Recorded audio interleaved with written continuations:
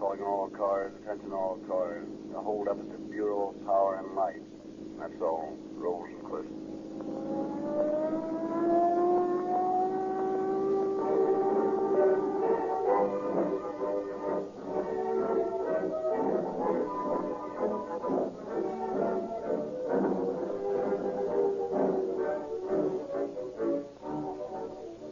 Refining methods make a great deal of difference in the quality of a gasoline. Old-fashioned methods fail to extract from the crude oil the essential elements that give a gasoline quick starting, instant power, and good mileage. Rio Grande cracked gasoline with tetraethyl is made by the up-to-the-minute method known as the cracking process.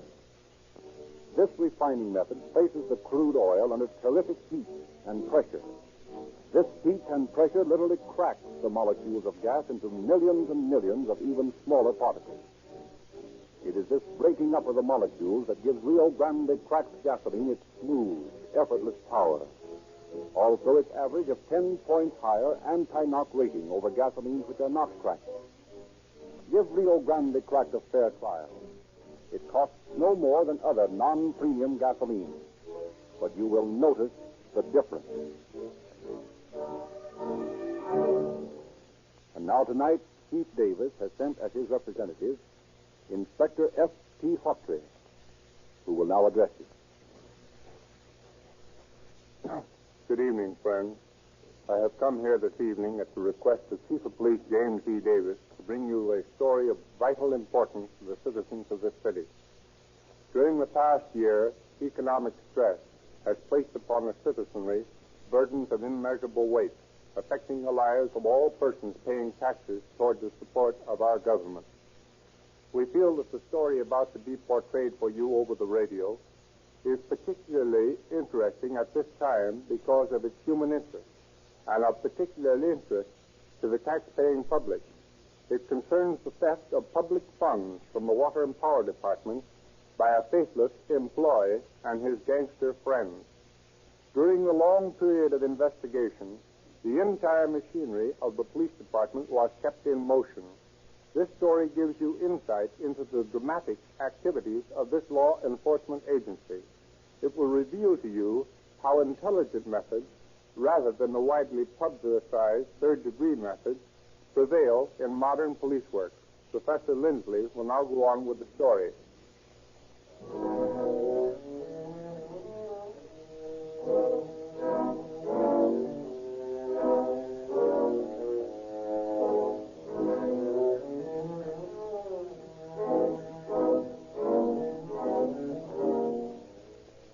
In July 1927, the following advertisement is run in the classified sections of the Los Angeles newspapers. Big money for man with plenty of nerve and good head. Box number 6666. Of the many replies received by the anonymous leaser of Box 6666, a letter from one Andrew McDonald interests him most. He answers McDonald's note and makes an appointment with him. Well, Mr. McDonald, I like the tone of your letter. And I like the tone of your advertisement. Are you interested in a job that demands the qualifications of my advertisement? I'm interested, Mr. Peters, in anything that'll pay off. What do you mean, pay off? Anything that's worth the risk it requires. And I don't care what the risk is, so long as the job pays off in big money. Oh, I see. Well, would you consider $10,000 big money? 10 grand? Sure, that's a lot of dough. If you come out of it alive. Oh, you'll come out of it alive, all right. Well, what's your proposition? Well, I'm not convinced you're interested. Sure, I'm interested. Will you run a risk? That is, a little risk. For 10 grand? Sure, spill it. Okay. It's a payroll holdup. Sounds good. How big's the payroll? What do you care? 10 grand's your cut. Yeah, but listen. What's the matter? Isn't 10 grand enough? Sure. But what's it all about? And the less you know, the better off you are. I'm running all the risks. Okay. That's fair enough. All right. Now, I'll draw you a diagram of the layout. Here's Hill Street, see? Yeah. And here's Broadway. All right. Now, at 7 a.m. on the morning the payroll goes out, we come in the Hill Street entrance here. Then we go upstairs and walk over to the Broadway side and down to the second floor landing, which is here, see? Yeah, go ahead. All right. Now, we got green isinglass eye shades on like we were clerks. Yeah. We wait on this second floor landing till we see the cashier come in. Then we go down to the clerk's desk and pretend we're working. Yeah. And when we see the cashier open the safe to get out the payroll, we stick 'em up. Get it? Hey, how's How do you know so much about this layout? Well, I ought to know. I work down there.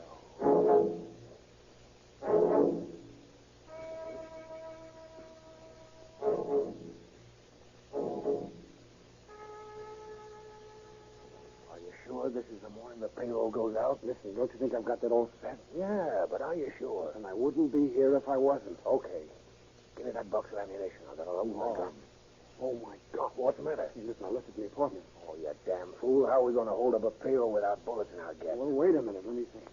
Listen, these cashiers are scared to death of a holdup. We can bluff them. How? Here's some brown paper on this desk. Now, wait a minute. Brown paper? What do you want with brown paper? Oh, wait a minute. What are you doing? Here. Now, tear this into pieces and stuff the chambers with it. Yeah, that's the idea. Oh. Now, plug it in pretty far. Yeah, that's great, yeah. Looks like cartridges, see? Now, give me some. Well, how long will it be before the cashier gets here? Not long. Look, Mac, how's this gun look? Swell. Just like the real thing. But what if they call our bluff? They won't. They're scared, I tell you. Okay, I'll take your word for it. So it's the Bureau of Power and Light we're holding up, huh? That payroll ought to be worth something. It's worth just 10 grand to you. No, I know. The cut's okay with me. Right down. Here comes the cashier. Okay. Now follow me down to the desk and act like you was a clerk. Sure. Here we go. Hey, who's this coming? Hessel. He's the head cashier. Oh, yeah? Take these desks here, grab a pen, pull out a book or anything, and start writing. Okay. Look, here comes Brockway, the assistant cashier. Yeah? Hessel's opening the time safe now. Uh-huh. He's got it open. Yeah, that's our cue. You cover Brockway, I'll get Hessel. Come on. I wonder where that watchman is, Louis. He should have been here a half hour. Watchman won't be here for a while. Hey, what is I'll hold up. Now, you two men get over there by the cash window and look like you're working. Well, we'll do no. Oh, yes, you will. We mean business. Now, get over there. My partner here will be behind the door of the safe with his gun trained on your back. Act natural or else. Keep your eye on him, pal. Sure. I'm going to clear out this safe. Hey, you. Cut out that noise. You want your head blown off? What's the matter? This guy's trying to attract the attention of the janitor out there in the hall. Give it to him if he doesn't stop. You bet I will. With paper bullets? Jeez, I forgot all about that. Well, don't worry. I got all the dough in the place. We're just about through. Good. Now, let's truss up our friends here and be on our way. Okay. The straps first, eh? There. Now, listen, you guys. We're going to tie you up for a while. Then you'll be okay so long as you keep quiet. Yeah. Come on, turn around. That's better. There, I guess they can't use their hands much. Got one of them rubber balls? Yeah, here you are. No, don't go. Sorry, but we're not taking any chances on you squawking too soon. Don't mind the taste of that rubber. It's a new ball and quite clean. Hey, this other guy's stuff, too. All right, let's go.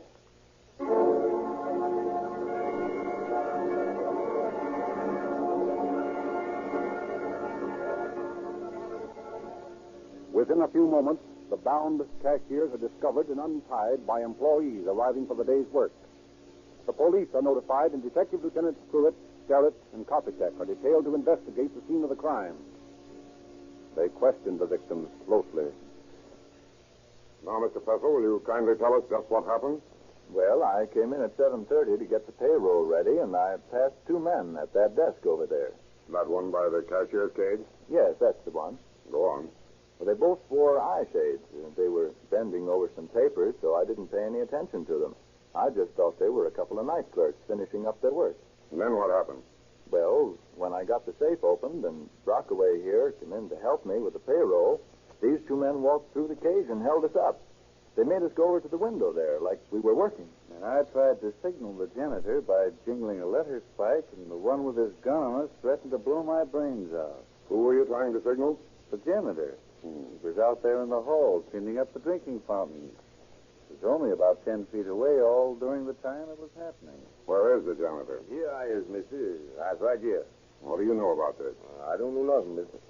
Didn't you see anybody in here? No, sir. I see these two gentlemen here, then I looked up and I didn't see them. I don't know nothing else. And you didn't hear anything? No, sir. I didn't hear nothing. Well, how come? It seems strange you wouldn't notice anything unusual. I don't know, mister, but I got my own troubles, you know. I got misery, I have. I got misery in my back and things with something foul, you know. The doctor... Okay, but don't go away. I may want to talk to you again. Yeah, sir. I ain't going no place. I got a lot of troubadours to clean around here. Now I'll be right here in the general facility. Now, Mr. Pessel, what do these men look like? Well, they wore old clothes, sort of shabby. And they both had green eye shades. One of them had adhesive tape over the bridge of his nose. He seemed to be the boss. Yes, and he was about medium height and slender. He had sort of a hollow face, wouldn't you say, Pesson? Yes, I guess that's right. And oh, yes, he wore a wig, a black wig. I noticed it when he was tying me up. How about the other man? He's the one that tied me up. He was older and fuller faced. He had black hair. Did he wear a wig? Well, I don't know. Not much to go on. Hey, Jim. Here's the gags they used. Oh, yes, we threw them down on the desk when they untied us. Rubber balls. Yes, they forced them into our mouths and taped them in. Pretty effective gags, all right. And, Jim, I found out that the payroll guard hasn't shown up yet. That's right. He wasn't here when I came in this morning. Who is he? His name's Hank Schaefer. He's night watchman at the power plant out near Slauson. On paydays, he comes in early in the morning and acts as guard. And he wasn't here this morning? No, and he hasn't shown up yet. It looks suspicious to me. Ed, you better get hot on this, Schaefer. Run him down as soon as you can. Sure thing, Jim. Now, gentlemen, the next step is at headquarters. You come along with me. We'll go over there and look through the mug book. Maybe we've got your eyeshade robber's portraits in there. Very well, Lieutenant. We'll be glad to. Let's go, then. And this way, please. Mr. Pesson. Yeah, Mr. Pesson. What's happened? I heard there's been a robbery here. What's happened here? Oh, Schaefer. You're a little late, Hank. Yeah, I know, but I couldn't help it. This is the guard I was telling you about, Lieutenant. Although he's not much of a guard. While you were taking your time getting here, Schaefer, 2 men took $73,000 out of the safe. $73,000? Mein Gott in Himmel, but you should hear mine troubles. You should hear what happened to me. We'd like to. What did happen to you? Well, I was driving down here from the power plant at 7 o'clock, like I'm always doing on paydays. On that 95 and Central Avenue, 2 men in the big black sedan forcing me to curb. Then they jumped out and pulled a gun on me. Oh, they were real tough guys, too. And they made me get in the back of the car, and they throw a blanket over me. And then they drove me way out here in Orange County. And then they throw me out of the car and drive away. And I got right back as quick as I could here. What was the license number of the car? What? The license number. Collie, I didn't notice in the excitement. You didn't notice the license number? Nine, that's right, 9. Schaefer, that doesn't sound like a very satisfactory explanation of your absence. No, but that's true, Mr. Bessel. You don't think for a minute... We don't think anything, Schaefer. Our job is to find out. You'll have to come along to headquarters with us. But I had nothing to do with anything here. I'm telling you the truth, honest fire.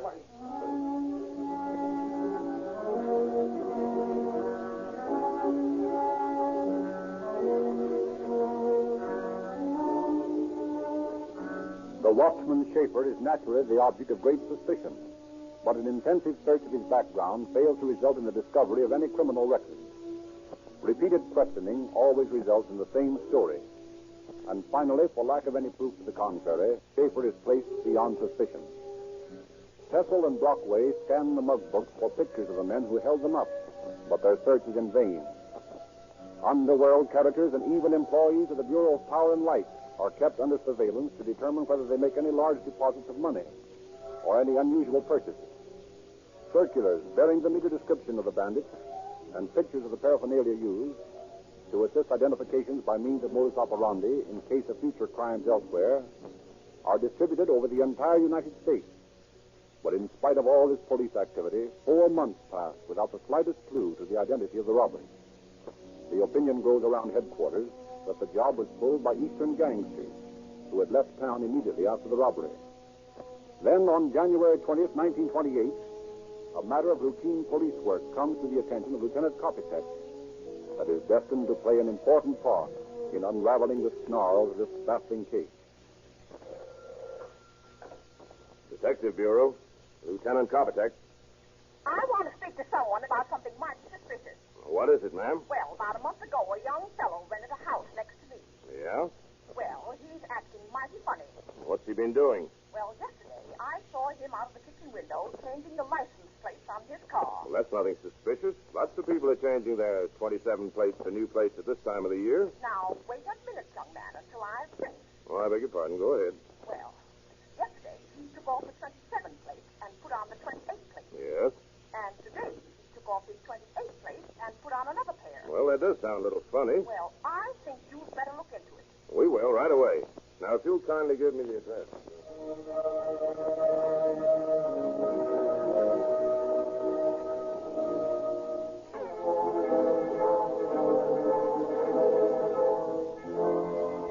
Lieutenant Kopicek, Pruitt, and Sterrett lose no time in getting out to the Highland Park district and interviewing their informant in person.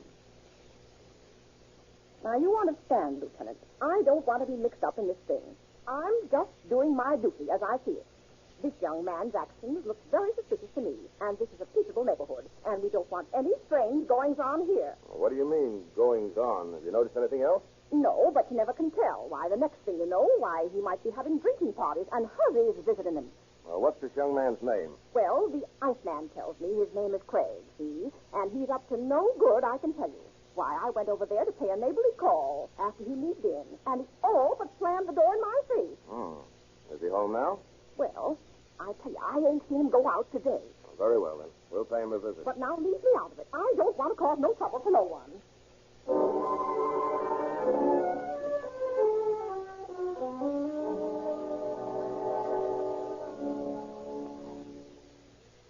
Pruitt, you guard the back way. Garrett and I'll try the front entrance. Better try the door first before you knock. Go ahead. Somebody unlock. Well, come on.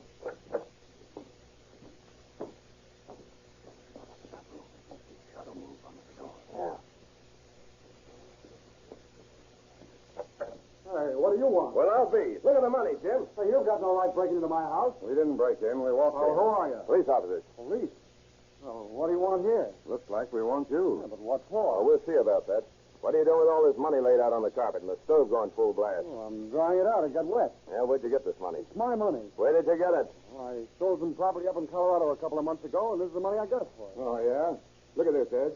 Bureau of Power and Light wrappings on this package of bills. Bureau of Power and Light? Oh, so you're the guy that pulled that job. Listen, I don't know what you're talking about. I got this money from a ranch I sold in Colorado. Oh, yeah? Come on, Starrett. Let's take this kid down to headquarters.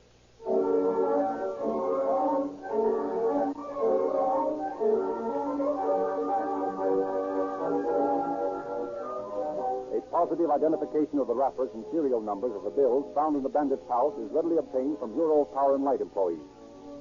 In spite of this damaging fact, the robber, whose real name police discovered to be Bob Peters, claims to be innocent of the charge. Captain William Cahill directs the questioning. Continually for 36 hours, detectives in relays interrogate Peters. No one sleeps, robber or detective. Finally, at midnight of January 21st, with everyone on the point of collapse from fatigue, and Peters still sticking to his original story of innocence, Captain Cahill rises from his seat across the table from the young man. Okay, boys, that's enough for tonight. You better all go home and get some rest. Peters, come into my office here. I want to talk to you alone.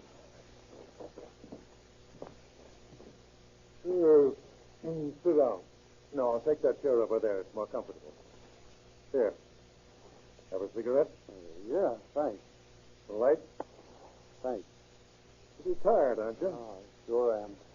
Well, you can get some rest soon. Listen, you might as well let me go to bed now. You can't get anything out of me because I've got nothing to tell. I don't know a thing about this. Yes, Bob, I heard you repeat that over and over, but I don't believe you. Now, look here. The money found in your possession has been identified by the Bureau of Power and Light by the wrappers on it. And the insurance company has identified it by its serial numbers. But even if you walked out of here tonight a free man, you'd never be able to spend $1 of that money. Now, we know you took that dough. And the best thing you can do to help yourself is to make a clean breast of the whole thing. Well, I sure would if I knew anything about it. Well, let's look at it this way then, Bob. If somebody stole all your clothes and the police got him and he confessed to his crime and returned those clothes to you, how would you feel toward him? Would you be more lenient than if he had denied the theft and we had proof of it? Well, of course I'd feel lenient towards him. Well, now, that's the way for you to help yourself. Confess this whole thing now. Oh, I sure would, Captain, if I'd stolen the money. I'd tell you about it this minute. You love your mother, don't you, Bob? Of course I do. Now, think what this is going to mean to her. For even if you plead not guilty, we've got enough evidence to send you away for some little time. Now, don't you think you owe it to her to shorten your time away from her, to shorten her period of grief as much as possible, to take advantage of the leniency that your plea of guilty will give you? Yes, Captain, all you say is true, but I didn't do it. Well, how about your fiancée? You deny having told her that you'd buy her a diamond ring? Oh, of course I do. It isn't true. Why do you keep lying, Peters? Now, look here. Come in, Miss Campbell. I want Bob to hear from you or your lips The truth that he denies. Now, what about that diamond ring, Miss Campbell? Well, Bob told me he bought a diamond ring for me, and that he was going to give it to me. Thank you, Miss Campbell. That's all for the present. Boy, you didn't have to bring her into this. I couldn't help it, Bob. We've got to get to the bottom of this. And that's nothing to what she'll suffer if you go on the stand and try to prove innocence against the evidence that we've got on you. Think what the publicity will do. Think how the whole town will talk about her. You know what they'll call her? They'll call her a bandit's moll. Now, is that the sort of a thing to do to a sweet girl like that? A girl who has loved you and had faith in you? Because you've made a mistake, Bob. Do you think it's fair to drag her name through the mud? Now, do you? Okay, Captain. You win. I'll confess. I'll plead guilty. I'll do anything you want me to.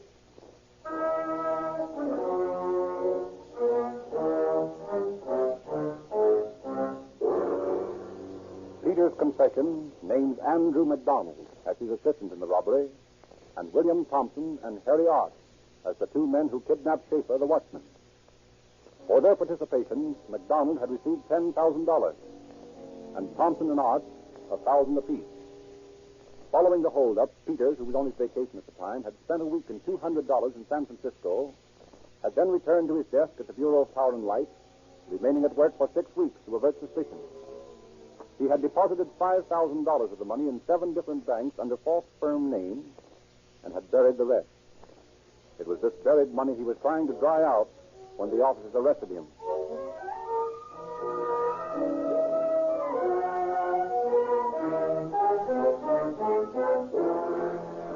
As soon as the police learned their names, Captain Slayton and Cahill speed to Thompson's and Art's homes and placed them under arrest. They are questioned at headquarters and eventually admit having kidnapped the watchman and receiving a payoff for their services.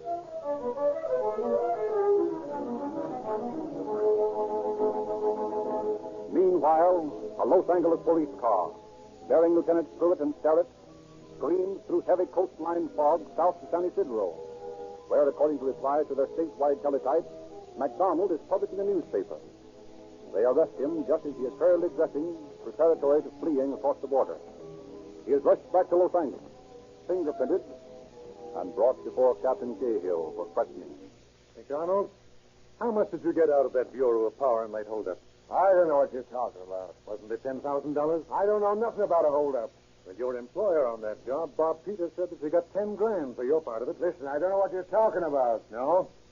Let me see. You got $10 grand, and a couple of weeks later, you bought a $5,000 interest in a San Isidro newspaper, and then deposited $4,000 in a Tijuana bank. I won that $4 grand across the border. You did? Well, that's the first time I ever heard of anyone winning $4,000 in Tijuana. Well, I did. You're to be congratulated, McDonald. But how do you explain this? Mr. Pessel and Mr. Brockway, the men you held up, both recognize you. Are they nuts? Yeah? And how do you explain this? Here are your fingerprints on the car that you rented for a getaway. And here are your own fingerprints. And they match. Listen, fingerprints ain't any good for identification. And that hasn't been our experience. And now here's another interesting similarity. The way your handwriting on the police blotter and the handwriting on this auto rental contract tally. I tell you, I didn't have anything to do with this holdup. And yet your pals, Peter, Thompson, and Arch, all implicate you in their confession. I never heard of them before. It's a lousy frame-up, the whole thing. Somebody's trying to railroad me. McDonald, calm down. You're as guilty as the devil, you know it.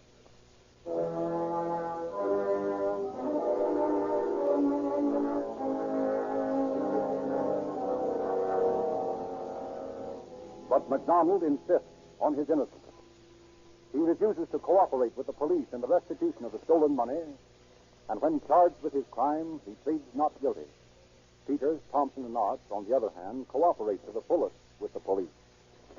As a result of the $73,000 stolen, $48,000 in cash and $5,000 in property was returned. Peters, Thompson, and Arch, pleading guilty, are charged with second-degree robbery, and McDonald is charged with first-degree robbery. After the testimony, the men file into the courtroom to receive the sentence of the judge. Robert Peters, William Thompson, and Harry Arch, stand and face the court. You men have been found guilty of second-degree robbery and it is now my duty to sentence you. But your cooperation with the authorities following your arrest has been commendable. And in view of your attitude, this court is lenient and sentences you to serve from 1 year to life in San Quentin Prison. Andrew McDonald, stand and face the court. McDonald, before I pass sentence on you, have you anything to say? Sure I have, Judge. I've been framed. These three rats here put me on the spot. I didn't have a thing to do with this robbery. You still insist you are innocent? Of course I'm innocent. I'm being railroaded. McDonald, your attitude astonishes me. Throughout this whole proceeding, you have failed completely to cooperate with the authorities. In the face of damning evidence, clear, unimpeachable evidence of your guilt, you still claim you are innocent. I do. You seem to be asking the court to be severe on you. Go ahead. Spirit, you can't scare me. I'm trying not to, McDonald, but I intend that you shall serve as an example to other lawbreakers who in the future may want to take such a stubborn attitude as you have. Therefore, Andrew McDonald, I sentence you to serve from 7 years to life in San Quentin Prison.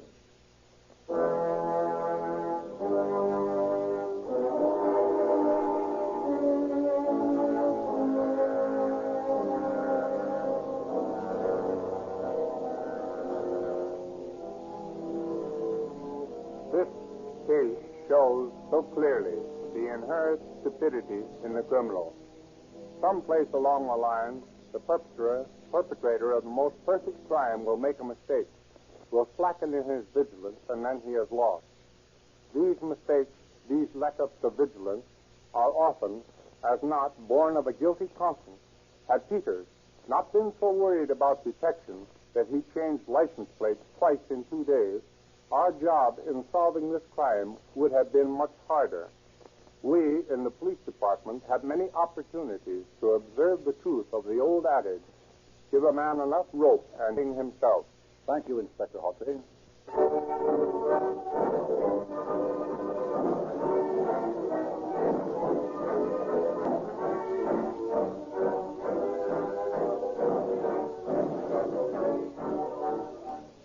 Statements that are merely made and not backed up are valuable. Statements that have undeniable facts behind them are worth your consideration.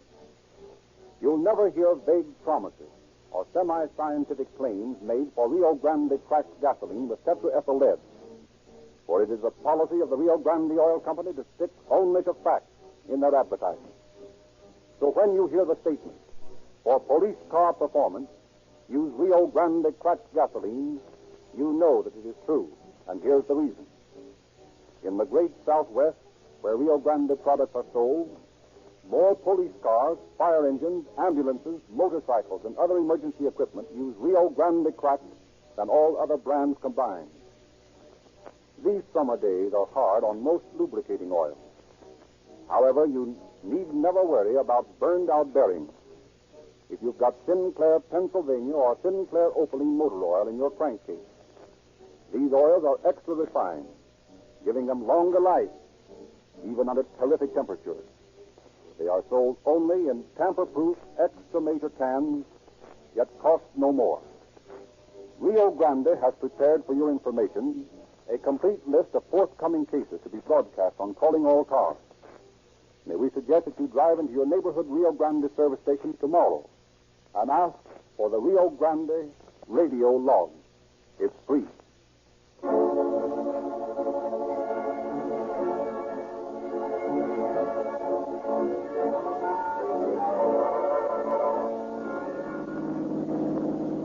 Los Angeles Police calling all cars, attention all cars, cancellation broadcast 31, regarding a holdup at the Bureau of Power and Light. Suspects in this case now in custody. That's all. Rosenquist.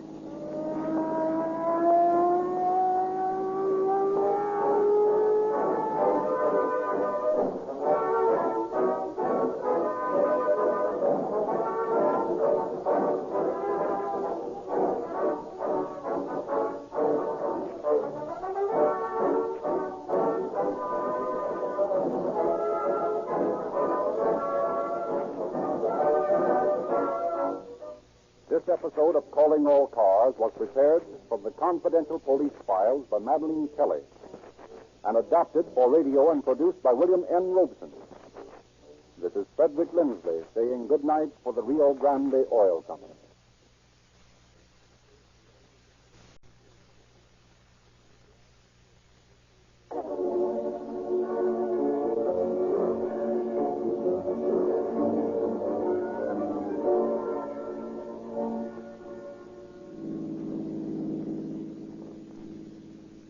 Los Angeles Police calling all cars, attention all cars.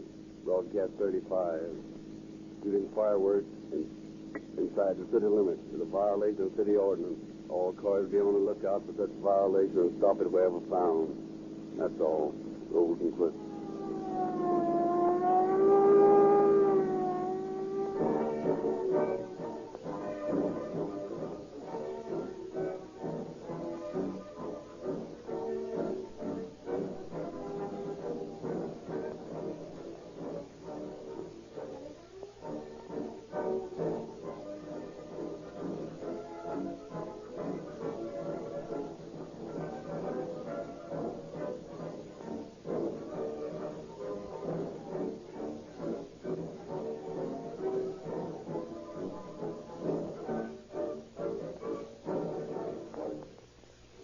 Ladies and gentlemen, tonight we present the 4th of July, 1934, as seen from a police radio car. And we're taking each one of you with us. Your only credentials need be a stout heart and a friendly appreciation of Rio Grande cracked gasoline. So if you have listened to Calling All Cars these many months, and for some unavoidable reason have never come to know the dependability and police car performance cracked gasoline can give you, your trip tonight in a police radio car will show you what police car performance in a gasoline really means. Police cars, such as these we're going to ride in tonight, are subjected to terrific demands for speed, power, and pickup. To get the best out of police cars, the majority of them in the Southwest use one gasoline exclusively, Rio Grande cracked. So tonight, while we race down a boulevard or quietly creep up an alley, remember tomorrow to buy the same gasoline that powered us on our trip tonight, Rio Grande cracked.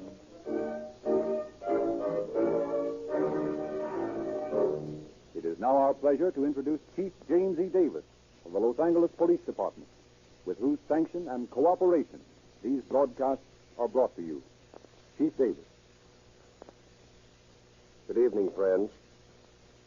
When you citizens chance to hear the police broadcast, you no doubt feel, after you've been tuned in for a few minutes, that they are rather dull. All you hear is, see a man, ambulance follow-up, or a disturbance. But behind each of these calls is a story, a slice of factual life, much more dramatic than the wildest dreams of fiction. Every time a radio car receives a call while cruising its district, the officers cannot be sure that death does not await them at their destination. As they streak down the street, siren screaming, there is rich drama in the daily prowling of the radio cars, and there is highly amusing comedy out through the ether to the loudspeakers in the public radio of the police radio cars. In our police dramas of the past, you have seen principally how the detective force functions. Now we will travel with the uniformed men, the men who are the first on the scene of crime, the men who make the preliminary investigation, whose duty requires them to be the arbiter of family disputes, advisors on the care of children, rescuers of dogs and cats, and often judge and jury of many of the amusing and often amazing incidents that occur constantly in this city of ours. The incidents you will hear dramatized on tonight's broadcast are all true, and all occurred on the 4th of July. Incidents of the same nature have occurred today, are occurring at this very minute, just at this very minute.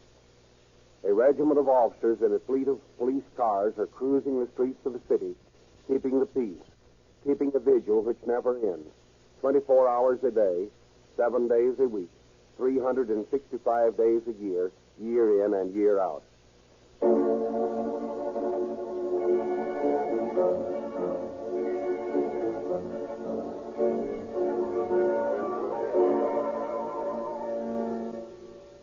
Los Angeles Police calling car 65 at 290 West San Pablo Street. See a woman regarding someone abusing her. Calling car 75. Go to 290 West San Pablo Street. See a woman regarding...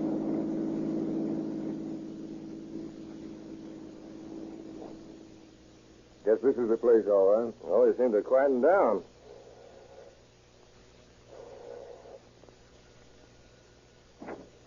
Did you call the policeman? Yes, I did. Oh, what's the trouble? He was striking me. Who was striking My you? husband. Oh, where is he? I don't see anyone. There he is over on the Davenport.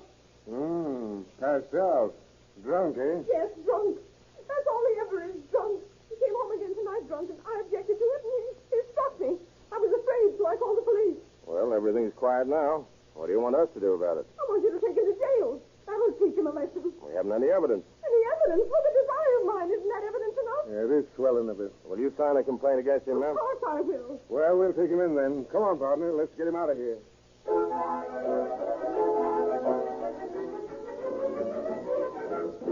Calling car 15, car 15. See a man at the corner of Vermont and Hollywood regarding a shooting.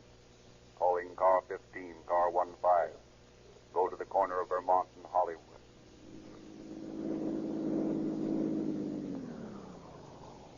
You the guy that sent in that call about a shooting? Yeah, Well, where is it?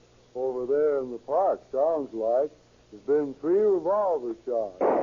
There it goes again. You know what day this is? Why, sure, it's Wednesday. That ain't all. It's the 4th of July, and that shooting you hear over there is firecrackers.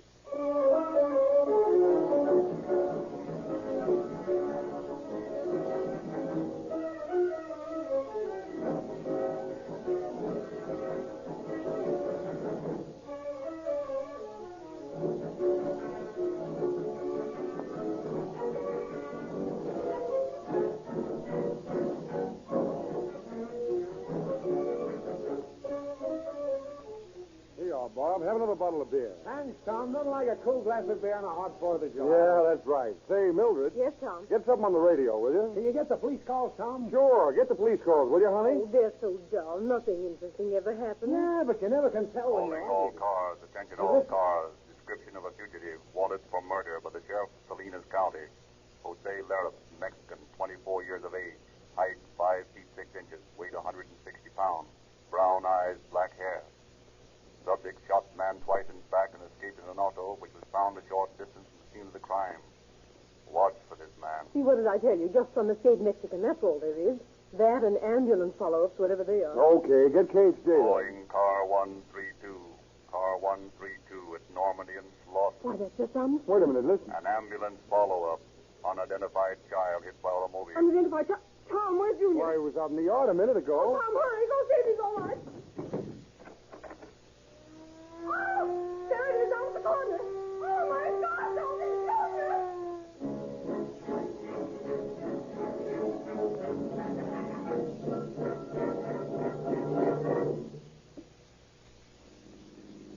Pretty quiet 4th of July, partner. Yeah, getting more safe and sane every year. Well, another 2 hours of cruising around, and we can call it a day. And not any too soon for me. I want to be at home and take the wife and kids down to the beach tonight. There's going to be fireworks at the Venice Pier. Uh-oh. Looks like trouble down the street. Yep. There's a guy lying on the sidewalk, all right. I'll just pull in there and see what it's all about. Hey, here come the cops. Yeah, I was just going to call you, boys. What's the trouble here? Well, this fellow lying on the street here was hit over the head with a bottle. Anybody call an ambulance? Yeah, a guy just did. Well, how did it happen? Anybody see it? Yeah, I saw it. What happened? Well, this guy was getting out of his car, and there was a couple of Mexicans arguing on the sidewalk and flashing knives, and this guy here was looking at him, and one of them asked him what the devil he wanted. Yeah, then what happened? Well, he said he didn't want nothing, so this Mexican said, well, we'll find out what you want and what you got. So they hit him on the head, and then they went through his pockets and got in their car and drove away. Did you get the license number? Yeah, it was a green Hudson coach, and the license was 64446. Got that, partner? Yep, I'm phoning it in right now.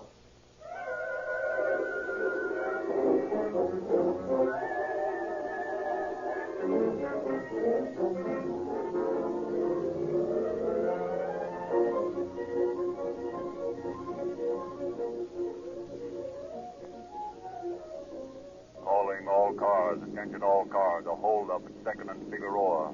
Victim knocked out by ketchup bottle. Suspects escaped in green Hudson coach. License 64446. Suspects described: number 1, Mexican, 25 years, 5 feet 8 inches, 135 pounds, dark hair and eyes, wearing light suit. Number 2, Mexican, 21 years, 5 feet 7 inches, slender build. Hair was Marcel, no hat, dark suit. Calling car 11, car 11. Well, that's us. Cancel call regarding boy shooting fireworks at Temple and Union. Fireworks all shot. That is all. Well, that's the relief. Yeah. Say, did you get the description of that holdup car? Yeah, right here. License number 64446, Green Hudson. Well, it might come our way, you know. We're next to 12th District. That's right, partner. Say, look. Isn't that it? Turning to Fremont Street? By gosh, that's right. Let's go.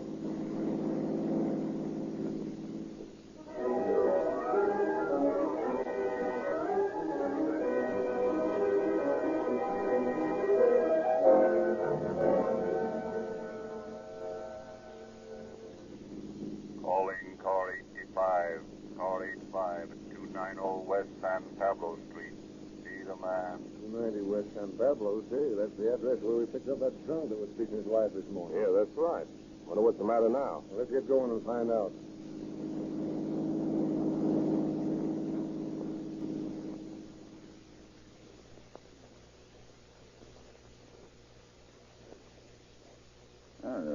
Certainly made good time, boys. That's what we're supposed to do. What's the trouble? There's a woman in here tried to commit suicide. What apartment? 110. Well, I'll be darned. The same place. My wife's with her now. You want to come in? Yeah, lead the way. Here we are. Well, ma'am, we're back again. Huh? Oh, I'm so sorry to cause all this trouble, officer. I just don't want to live anymore. Why, that's no way to talk, ma'am. Oh, I don't. I can't seem to get along with my husband. Now your husband's all right. He's sleeping enough down at the jail. He'll be as good as new in the morning. How do you feel, ma'am? Oh, all right. A little dizzy. Smells like gas. It was.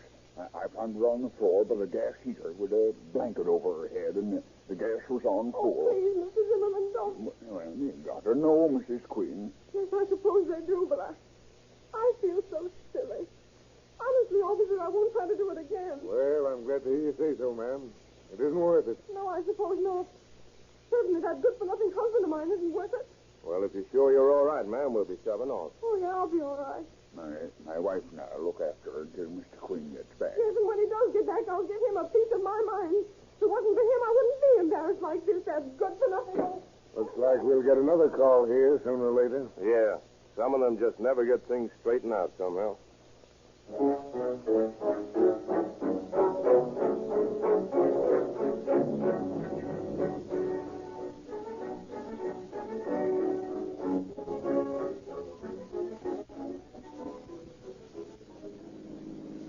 Calling car 91, car 91 at the Venice Pier. An ambulance follow up.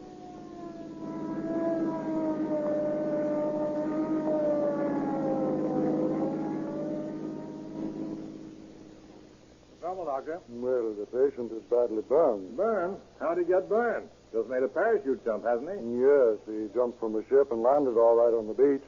But on the way down, some firecrackers he had in his pockets went off and caught fire to his clothes. Shooting firecrackers 1,000 feet in the air. I wonder what city ordinance covers that.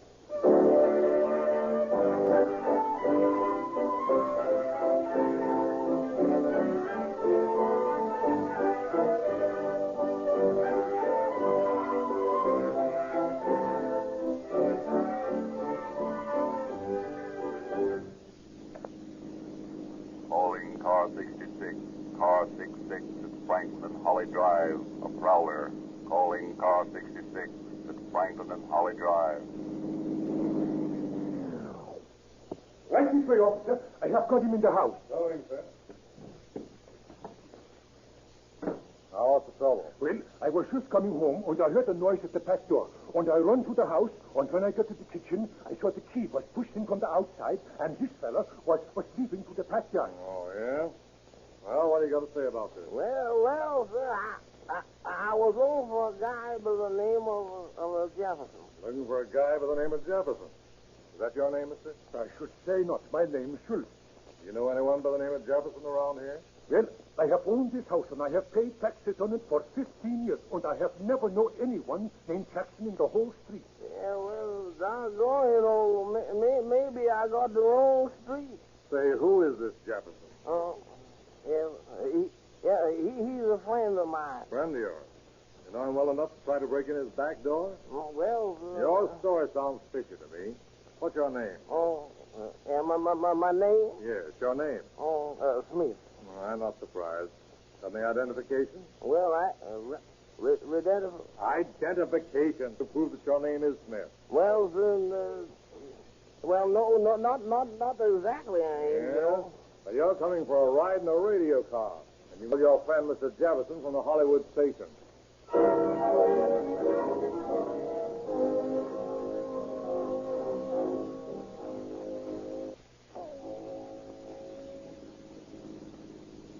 Calling car 11, car 11 on Aliso Street near San Pedro. Street 390 on the sidewalk. Where did you ever play away with him? Another dehorn. Ha! That's the sixth one today. You can ride in the back with this one, Tim. That last baby was so gassy I can still smell it. Sure, and I don't understand it. How these bums can stand to put their denatured alcohol into their stomachs. Well, it's a pleasant way to kill yourself. That's about all you can say for it. Sure, if that's your idea of pleasure. There he is, down the block there with the kids around him. Let's go. All right. Let's go. Okay, kids, get out of here. Now, come on, Pop. The taxi's here. Oh, what? Come on now. You can make it now. Just a minute now. 1, 2, 3, and you're on your feet. Up. Steady now, steady. Now, there you go. A nice soft seat for you. Okay, partner. Look at that poor old mug. Hasn't shaved for a week, I'll bet. How's he smell, Tim? Elegant. Can't you tell the way he's sitting up in front? More or less. Well, I'm telling you, you're not missing anything. I can tell you that right away. Now, where do you live, Pop? What's it say? Very nice sense. Where do you live now? Come on, think hard.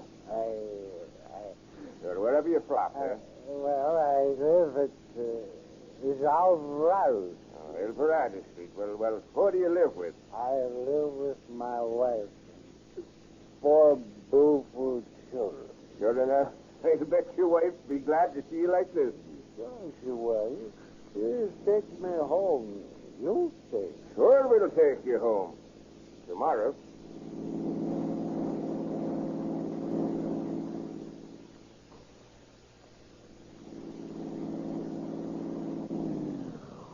Well, here we are, Pop.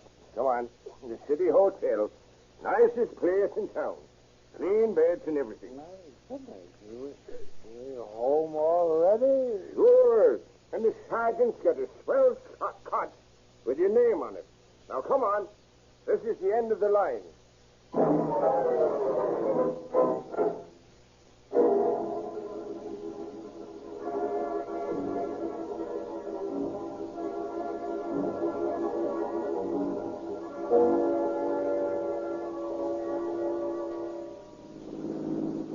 Calling car 66, car 66 at the corner of Highland and Santa Monica Boulevard.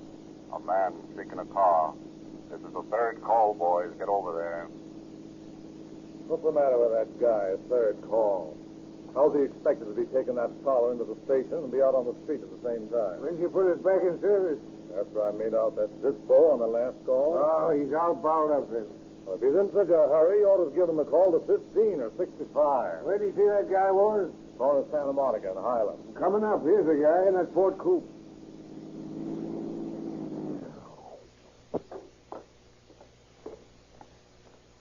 What's the matter, buddy? Not feel so good? What? Been drinking, huh? No, I haven't been drinking. What's the matter with you? Nothing. Go away and let me alone. Here's what's the matter, Ted. This empty bottle. What was in it? Bichloride of mercury. Ah, trying to commit suicide, eh? We gotta get him to the hospital fast.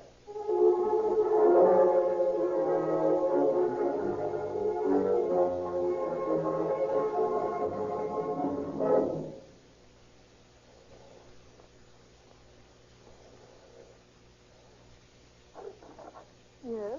Are you Mrs. Kramer? Well, yes. What is it? Are you married to Harold Kramer? Well, yes. Only we've been separated for several months. Why? What's the matter? Your husband swallowed a half bottle of bichloride mercury tablets an hour ago. He's dead. Is he? The doctor said he had a chance when we left the hospital, ma'am. Mr. Kramer was asking for you. Wants to see you. Oh, Harold's such a fool. Such a weak-willed fool. He can't understand when he's lost. I don't know what good it'll do to go to the hospital. I'm through with him forever. Doctor thinks it'll be best if you come to the hospital to see him, ma'am. Oh, very well. I'll get my hat. Oh, he's disgusting. He just did this to get my sympathy, that's all. Oh, pardon me while I answer the phone. Sure. Hello? Yes, this is Mrs. Kramer. Yes. Oh, my God. Well, what's the matter, ma'am? You're pale. Oh, my God. He's dead.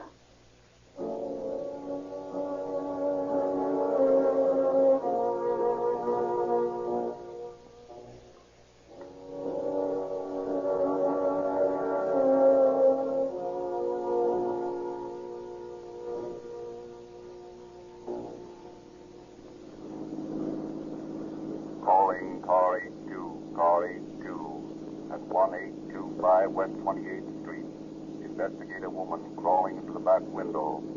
Calling car 82, 82.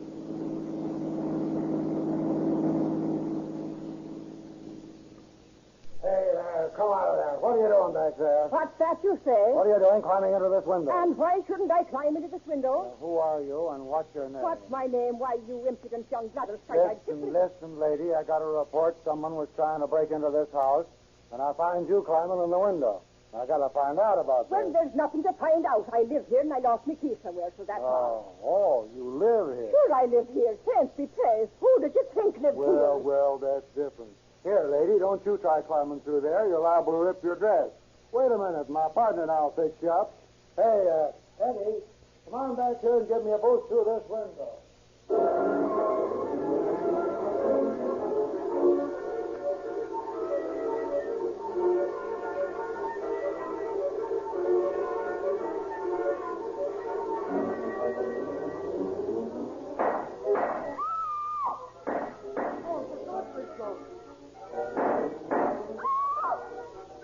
Calling car 130, car 130 at 529 Prinhurst Avenue. Investigate a shooting. Hurry, boys.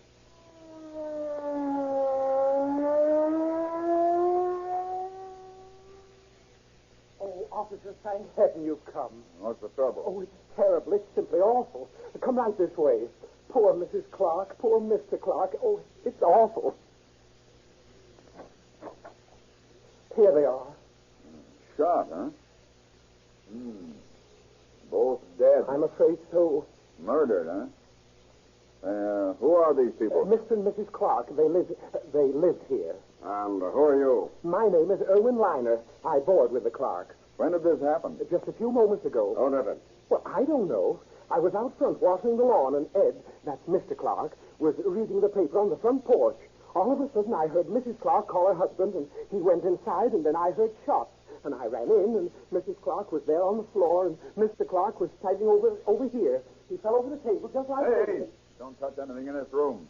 Why, You wouldn't like your fingerprints to be found here, would you?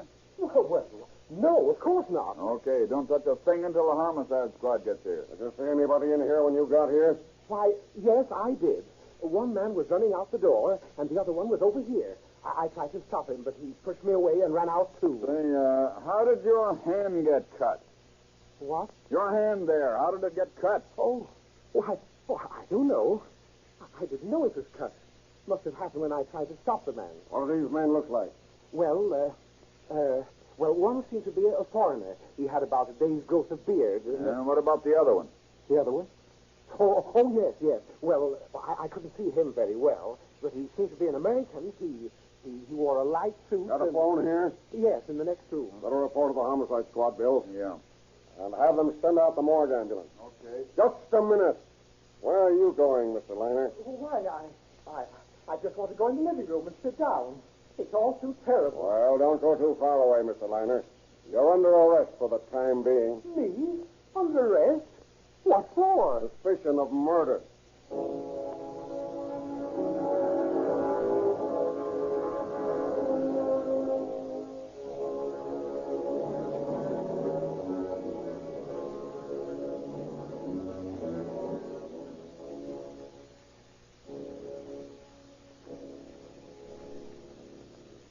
Oh, well, that picnic certainly did me in. I'm ready for bed. Oh. How about you, Henry? Not yet. I thought I'd stay up a while and read the paper and listen to the police calls. Listen to them police calls. What do you want to do that for? Well, you never can tell when you hear something interesting. You know, like the night they were directing the radio cars to search for the ghetto kidnappers. Well, it's all a waste of time, if you ask me. Wait a minute. Here comes a call now. Let's see what Los it is. Angeles Police calling car 9595. At the corner of Pico and La Brea, some boys shooting firecrackers. That is all. There. What did I tell you? Boys shooting firecrackers. That is all. Yes, and that's about all the police have been doing all day. Chasing little hoodlums with firecrackers. Oh, Henry, come on to bed. Oh, wait a minute, Mother. Here's another call. Maybe this one's a holdup. KGPL testing 10:45 p.m.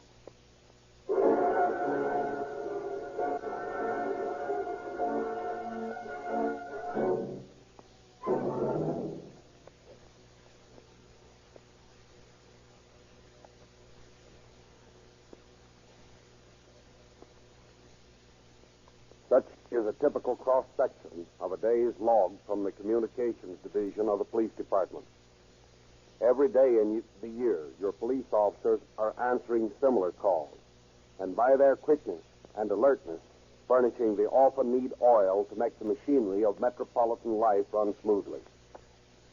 I have at times in the past told you citizens how you can assist your police officers in the speedy performance of their duties. Tonight, I would like to ask your assistance in behalf of the radio police. Many of your own radios, which are capable of tuning in on the police broadcast, and many of you are often tempted, when a call is broadcast in your neighborhood, to get in your cars and rush to the scene of the disturbance. This is a natural thing to do, but it often hampers the work of the policeman. You can be of the greatest assistance if you refrain from doing this. The radio police can much more successfully complete their duties if they are not hampered by crowds of curious citizens. And I feel sure that now that you, my friend, understand the many demands placed upon these men during the completion of a day's duty, you will want to cooperate with them to the fullest. And you can do this by staying away from the scene of any call you may hear over the police radio. Thank you, Chief Davis.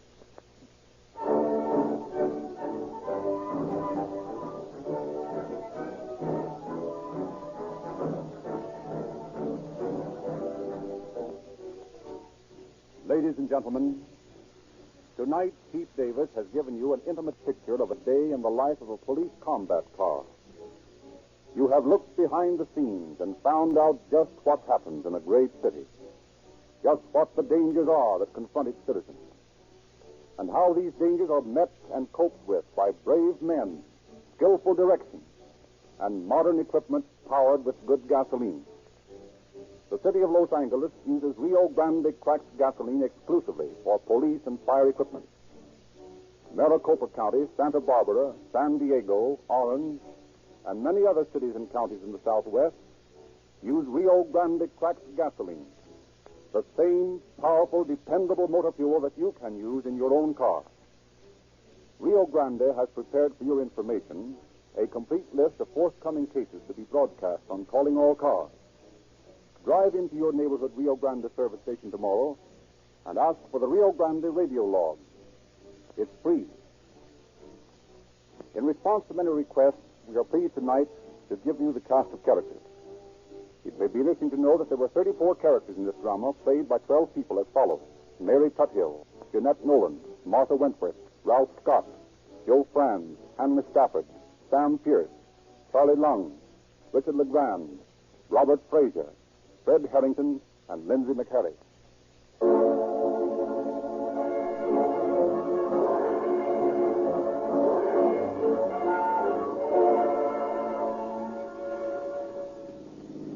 Please calling all cars, attention all cars. Cancellation broadcast 35. That's all. Rosenquist.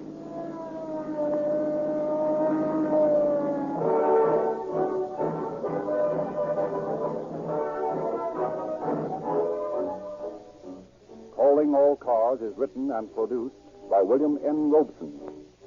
This is Frederick Lindsley saying good night for the Rio Grande Oil Company.